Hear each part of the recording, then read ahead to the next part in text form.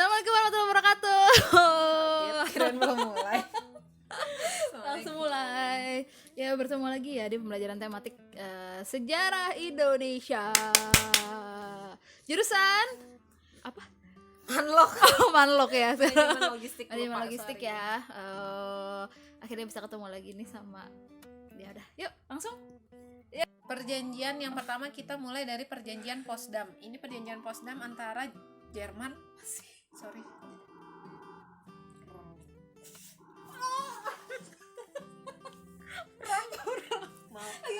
Perang. Ada perjanjian Potsdam, ini Jepang dengan sekutu ya. Jerman. Aku tadi mau ngomong sakit. Aku mau ngomong Jerman, gara-gara itu bunyi aku jadi Jepang. Jepang kan San Francisco. Iya. Perjanjian Jerman dengan sekutu. Uh-huh. Oke, perjanjian ini ya tadi kan sekutu fokus. Jerman itu kan mengadakan perang, menyerang Danzig itu kan tujuannya untuk mengembalikan harga diri dia kan. Bener kan? Right. Ya benar. Untuk mengembalikan harga dirinya dia kan, Yes. dengan menyerang Danzig itu. Nah, taunya di Perang Dunia Kedua dia pun diinjak lagi harga dirinya gitu ya. Terutama dalam perjanjian Potsdam ini. Perjanjian Potsdam ini Jerman dibagi jadi dua ya, Jerman Timur sama Jerman Barat. Untuk Jerman Timur itu dikuasain sama Rusia. Untuk Uni Jerman Soviet. Uni Soviet 1992 baru berubah jadi Rusia. Ya. Dijelasin. Sorry ya, kebiasaan kadang ya jadinya. Apa tadi, Jerman Timur dikuasain sama Uni Soviet, lalu Jerman Barat dikuasai oleh tiga negara, Amerika Serikat, Inggris sama Prancis. Oke. Terus juga Berlin juga dibagi jadi dua lagi, ada Berlin Barat sama Berlin Timur. Berlin Timur sama Uni Soviet juga, Berlin Barat baru sama tiga negara yang tadi. Terus juga demilitarisasi juga dilakukan dalam perjanjian ini. Lalu yang terakhir itu adalah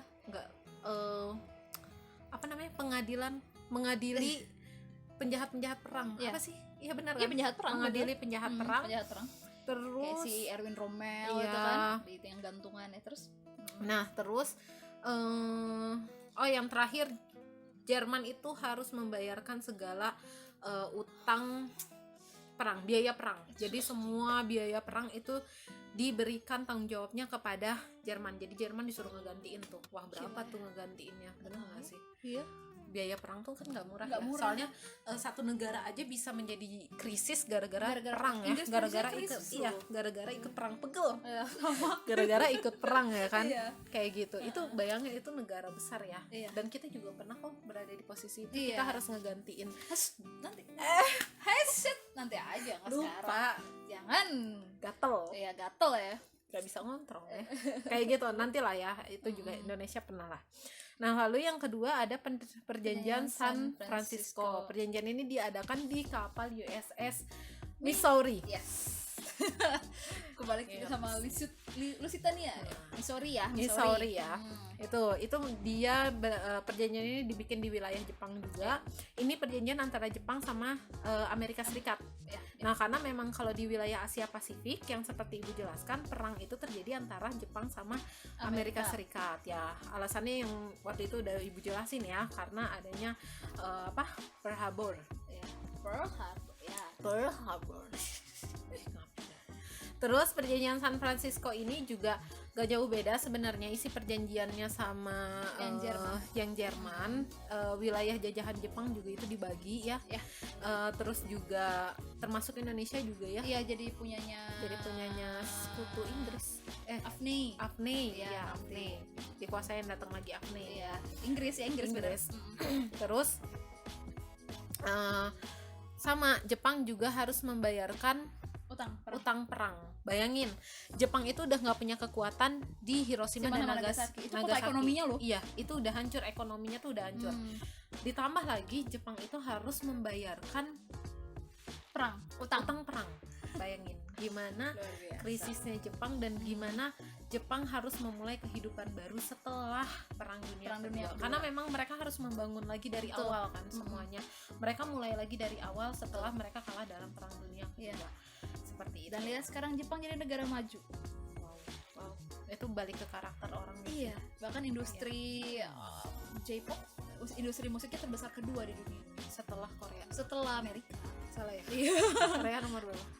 Tahu sih, kalau K-pop aku nggak terlalu ngikutin. Kalau J-popnya malah J-pop tuh lebih ngehits loh daripada K-pop dulu ya. Iya. Oh dulunya. Kalau sekarang masih industri terbesar kedua di dunia kok sampai sekarang. Dari musiknya doang loh. Belum Itu dari yang musik lainnya. doang loh, padahal Iya. dia kan juga teknologinya wah di mana-mana ya. Dimana-mana, betul. Dia industrinya luar biasa sih kalau Jepang, keren sih. Bacanya buku Sekatsu Kaizen. Mantap. Lalu ada perjanjian Paris, ini antara Itali sama Sekutu.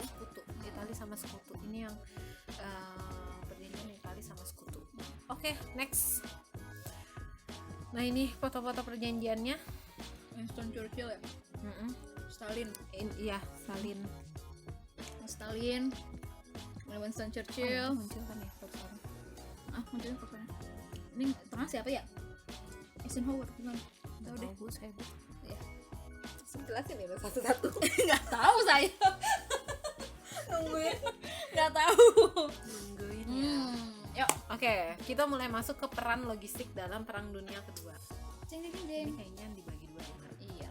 Peran logistik dalam Perang Dunia Kedua. Peran logistik. Nah, ini kenapa kita naruh peran logistiknya dalam Perang Dunia Kedua, yang tadi Ibu bilang peran logistik di dalam Perang Dunia Kedua ini cukup penting.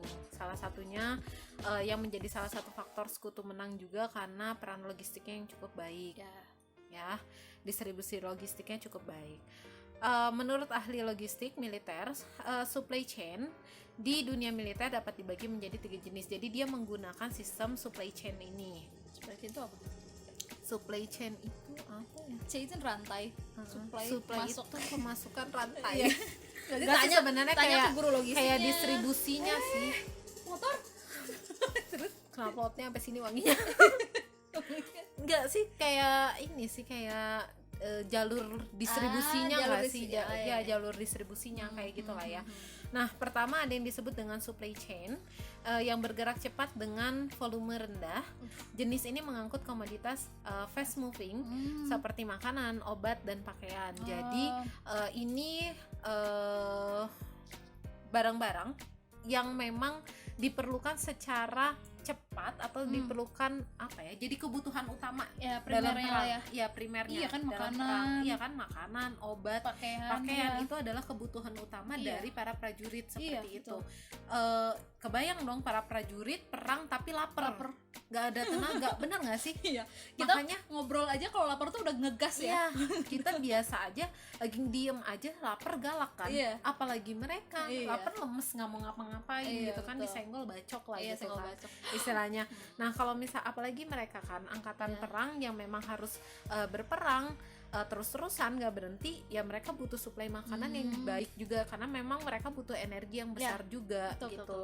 Makanya kalau kalian lihat makanan-makanan punya militer itu biasanya yang lebih apa ya, Simple tapi simple kalorinya tapi gede semuanya ya. Iya, iya. terpenuhi gitu. Terpenuhi. Kalorinya gede, terus juga Karbonya juga diperhitungkan. iya, jadi semuanya tuh diperhitungkan. Banyak kan kayak sekarang tuh di YouTube banyak lah kayak Aku pernah lihat yang Hansol tuh. iya, Hansol yang makan Hansol kayak review makanan-makanan militer Amerika, militer Indonesia itu kan makanannya bener-bener berat. Bahkan minumannya aja tuh kayak minuman-minuman ini loh, multivitamin gitu, loh, kayak minum-minuman gitu. Kalau Amerika tuh kopi ya. Terus kopinya bisa manasin sendiri tahu. Keren ya. Iya. Jadi dia dikasih bag gitu, masukin air terus dia panas sendiri kopinya. Oh iya ya. Kayaknya Gitu. aku pernah lihat deh itu. Iya. Terus Keren banget. kalau Indonesia tuh biasanya Ransum namanya kalau Indonesia ya. tempatnya, tempatnya bisa dirakit jadi kompor. Mantap. Tempatnya dirakit jadi Keren, kompor. keren. Terus nanti tuh ada apa tuh namanya yang buat pembakaran itu, Mar? Kalau Tungku. kita, iya bukan, kalau kita camping ada yang warna putih. Oh, Apa sih namanya? Waktu yang pas camp. Iya, waktu kita camp. Aduh. Apa sih? Iya itulah pokoknya itu nanti kan yang iya, dibakar iya. itu warna putih. Nah itu jadi itu alat pembakarannya. Apa sih namanya? Iya itu. Jadi kalau misalnya manasin makanan yang apanya itunya pakai kayak gitu ya. Mungkin kalau dulu belum secanggih Belum itu, secanggih itu, cuman memang yang dipenuhinya seperti itu gitu. Amerika tuh stick dalamnya, Bro. Iya stick. Kalau Indonesia tuh kayak nasi rujak, Ada, Oh, aku tetap pernah ya lihat. harus nasi Tapi ya. nasi. Iya pasti. Bener-bener nasi, dan itu padet, tau gak sih kalau nasi padet dipadetin kayak gimana? Nah kayak gitu. Mantap. Ya ini jadi ngobrol. Gak apa-apa, jadi lebih paham ya. Lebih paham.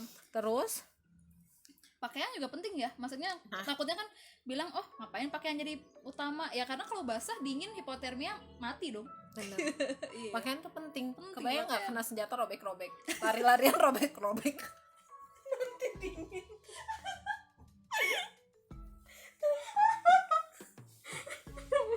Nanti nih. Lagi so ini. Cut ini cut. Robek mar. Salah aku teh. Robek tiis satu. Udah bolong, udah di salju, udah robek atuh tiis.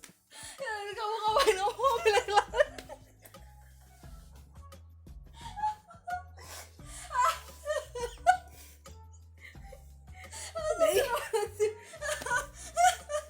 Astagfirullahaladzim. jangan Jangan. aku pakaian. Tiris hai kamu. Kayak orang gila.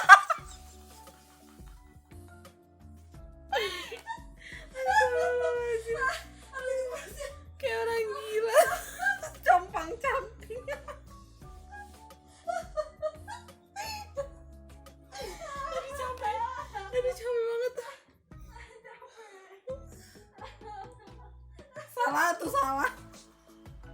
Iya tahu ih, kayak yang di itu, kayak yang di apa teh namanya?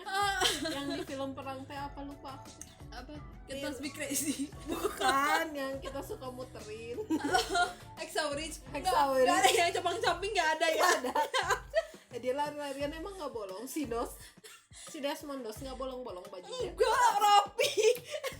Aku kira bolong-bolong. Yang satu kalau kotor gitu ya. Gimana sih si bu guru teh kacau. Pusing atuh ibu ge sama ya. Aduh. Tawa lama banget, sumpah semenit ada kayaknya. Next yang capek. Oke. Berapa sih tuh? 27 menit. Iya. Udah, biarin. Capek ya? Capek. Kita next ya. Itu tadi ya, itu bahan-bahan yang kebutuhan primer dipenuhi secara cepat. Terus ada yang kedua, jenis supply chain. Ini mengangkut komponen penting yang di sini yang dimaksud adalah bentuknya persenjataan yang membutuhkan perawatan dan perbaikan di selang waktu tertentu. Betul ya, karena yang namanya perang ya pakai senjata. Ini kita habis ketawa ngakak banget nih gara-gara pakaian. udah. Ini ngomongin senjata. Nggak, kau yang ketawa duluan. Ya masa pakai ketapel. Kapan itu?